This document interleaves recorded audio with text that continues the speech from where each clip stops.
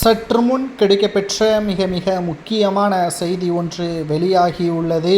கரூரில் நடைபெற்ற துயர சம்பவத்திற்கு செந்தில் பாலாஜி தான் முக்கிய காரணம் என்று தாவேகாவின் வழக்கறிஞர்கள் உச்சநீதிமன்றத்தில் மறைமுகமாக சில ஆவணங்களை கொடுத்துள்ளனர்.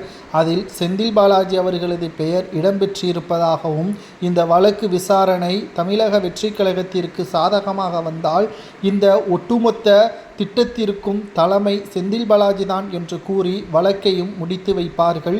17 ஆண்டுகள் வரை செந்தில் பாலாஜிக்கு சிறை தண்டனை கொடுக்கப்படலாம். மக்களே செந்தில் பாலாஜியை கரூரில் இருந்து விரட்டி அடிக்கப்படுவதற்கும் அதிக அளவில் வாய்ப்புகள் இருப்பதாக நம்மால் பார்க்க முடிகிறது.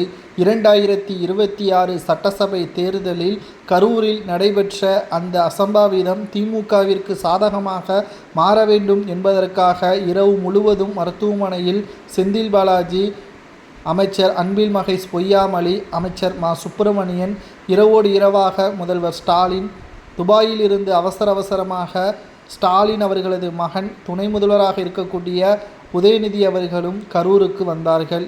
ஆனால் இந்த சம்பவத்திற்கு பின்னணியில் திமுக தான் இருக்கிறது என்று சிபிஐ துறையினர் வழக்கை பதிவு செய்ய வேண்டும் என்று விசாரணைக்காக நீதிமன்றத்தில் மனு கொடுக்கும் பொழுது துள்ளி அடித்து கொண்டு நீதிமன்றத்திற்கு ஓடி வருகிற திமுகவை பார்க்கும் பொழுதே தெரிகிறது இதன் பின்னணியில் யார் இருக்கிறார் என்பதை.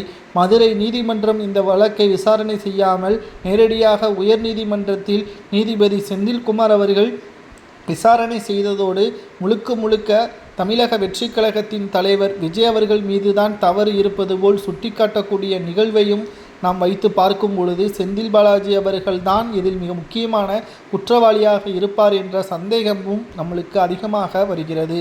திராவிட முன்னேற்ற கழகத்தின் ஆட்சி இன்னும் 7 மாதங்கள் தான் இருக்கிறது. இந்த 7 மாதத்தில் திமுகவின் ஆட்சி கவிழ்ந்தால் என்ன நடக்கும்? முதலில் அமைச்சர்களில் இருக்கக்கூடிய ஊழல் பட்டியலில் இருக்கக்கூடிய நபர்கள் சிறையில் அடைக்கப்படுவார்கள்.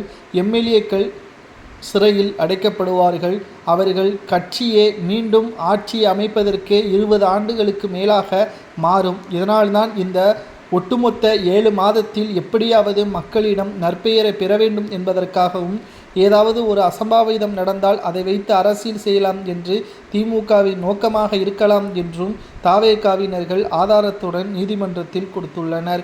பொறுத்திருந்து பார்க்கலாம். செந்தில் பாலாஜி தான் இந்த குற்றவாளி என்று நீதிமன்றம் கருதினால் பொதுமக்களாகிய நீங்கள் செந்தில் பாலாஜிக்கு என்ன தண்டனை கொடுக்கலாம் என்பதை மறக்காம கமெண்ட் வாயிலாக கூறுங்கள். இதுபோன்ற அரசியல் செய்திகளை தெரிந்து கொள்ள சப்ஸ்கிரைப் மட்டும் பண்ணிருங்க.